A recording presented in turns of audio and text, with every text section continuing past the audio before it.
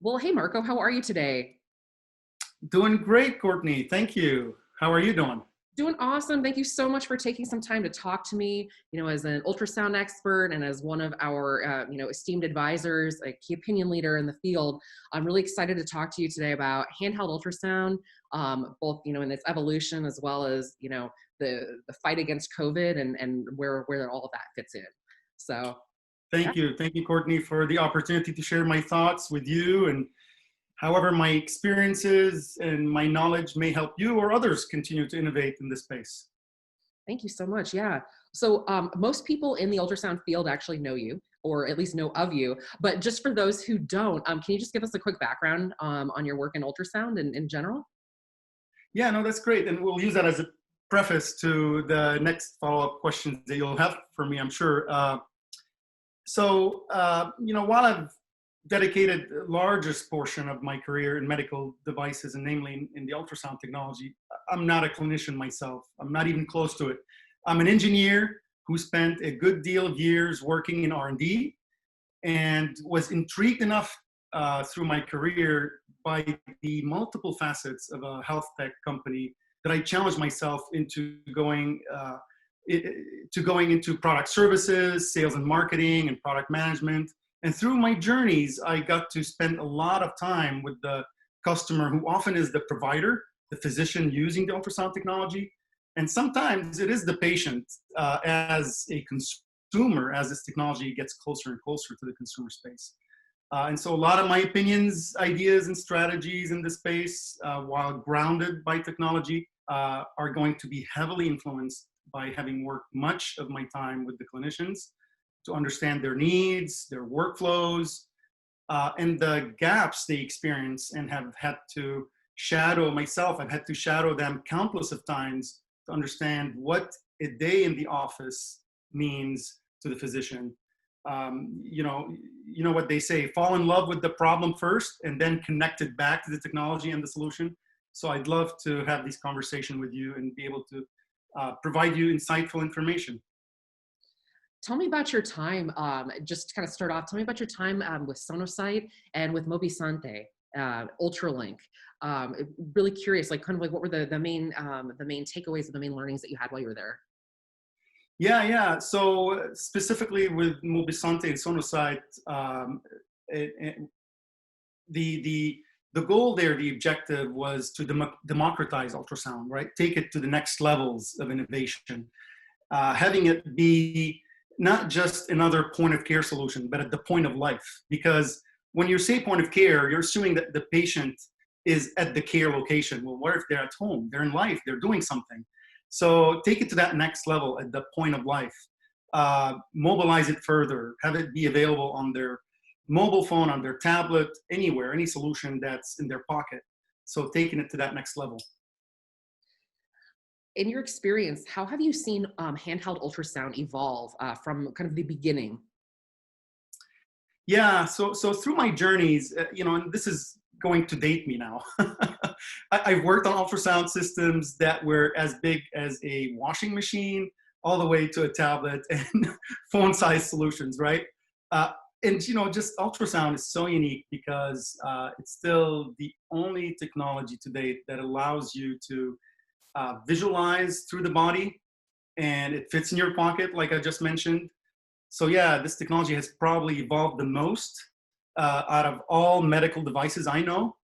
I've had the opportunities to experience how it evolved from traditional clinical spaces like cardiology, radiology, all the way to completely remote locations without a physician being, at the site. And when we talk specifically about handheld, technology has never been the barrier to adoption with handheld. Other barriers may have been cost or training needed to read the ultrasound image. So yeah, it has evolved quite a bit. And I think the biggest evolution is yet to be observed when we can demystify ultrasound and usage as training becomes mainstream in medical schools curriculum, with telemedicine and telesonography. And I'm not going to say the buzzword AI, but I'm going to say with augmented intelligence. That's where it's going to help it even evolve further. Wow. It's going to be interesting to see when that happens, when that transition takes place. Feels like it's far away, but it probably isn't. With Exactly. right, like with your experience in ultrasound, so can you delve into more about what your opinion is about POCUS, point of care ultrasound as a triage tool for our current crisis, COVID-19, and any other urgent situations? Like, what's your opinion of it?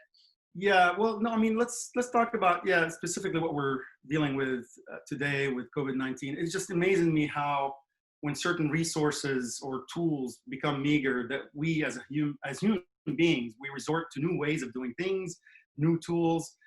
We've all heard different stories, and in one particular one, in a hospital in Italy, dealing with COVID-19, Dr. Volpicelli and his team, they started triaging with ultrasound, a technique that was not yet peer reviewed at the time, right? And we're talking weeks back, not too long, for diagnosing COVID-19. But himself and his colleagues became convinced that lung ultrasounds should be done at the bedside for all patients suspected of infection, even people with mild symptoms, right? Now, early on, this was just a new technique, but it might have been misunderstood as a diagnosing solution at first. It became clearer afterwards that ultrasound is not the tool to diagnose, rather it is the tool to confirm the disease severity in the lung or the heart. And I emphasize both here, lung and heart, which is even as important, if not more important than the lab diagnosis itself, because this helps the physician become more informed, make more informed decisions about the next best care options for that patient. So again, I want to re-summarize this again. As I learned from the experts whom I connected with via LinkedIn or via conversations and phone calls, and read from articles, the approach with ultrasound for COVID-19 triaging is that ultrasound itself does not diagnose the COVID-19 specifically, but it's a great tool to evaluate known or suspected patients. It helps them define the extent of the disease. Should the patient be admitted and get a respirator or not? Or, ultrasound may suggest alternate processes for that patient. Another thing you allude to is what else could ultrasound be used in this space? Well, these patients are really sick. Ultrasound becomes really handy there to visualize or help them visually guide venous access for managing fluids and medications, or if they are in shock and they need the shock assessment. Last but not least here on ultrasound side, it's the only technology that can do the job at the bedside, by the physician themselves, and reducing virus contact and exposure to other clinicians.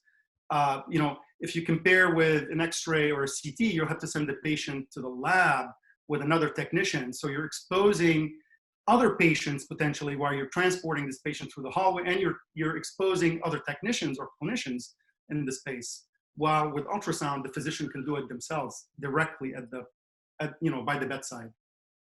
Wow. So it really, in summary, then it's like it's sort of the best all around, cleanest, or most easily sanitized tool that provides information to clinicians right now. Absolutely. That's super powerful, man. Knowing that that's happening today, kind of thinking ahead, since you're a visionary when it comes to this particular medical device, let's talk about the next frontier for POCUS, and what technologies and integrations do you see that are either starting up now or that are maybe particularly promising that are on the horizon? Yeah, again, I may repeat a few things here, but I truly feel ultrasound is evolving as it should. It's taking full advantage of the technology, miniaturization, and consumerization as well. I mentioned earlier augmented intelligence. Computing on ultrasound is so powerful that image processing, analyses, and intelligence can certainly help us make faster decisions, augmented intelligence specifically. And just as we're learning more and more today with COVID-19, we're realizing the importance of telepresence and telemedicine, and the role for telesonography here follows, because well, let me take a step back. So I always talk about the 3 levels of proficiencies in ultrasound. Hmm. One, knowing how to use the technology. So we used to call it knobology back in the day when it was knobs. It's no longer knobs. It's an intuitive interface. Uh-huh. Um, Number two, the second level is knowing the anatomy and knowing where to position that probe, complemented with my knowledge on how to use the technology. That's important. And this takes some training for sure. And many clinicians are empowered to do this, like nurse practitioners, physician assistants, etc. But the third most important level in the training and knowledge of how to use ultrasound is really left to the experienced user who can read the image, the physician, the specialist who understands the pathology and is able to make the diagnoses. Now, we've practiced for years, that we could train one person to take the image and rely on another to diagnose.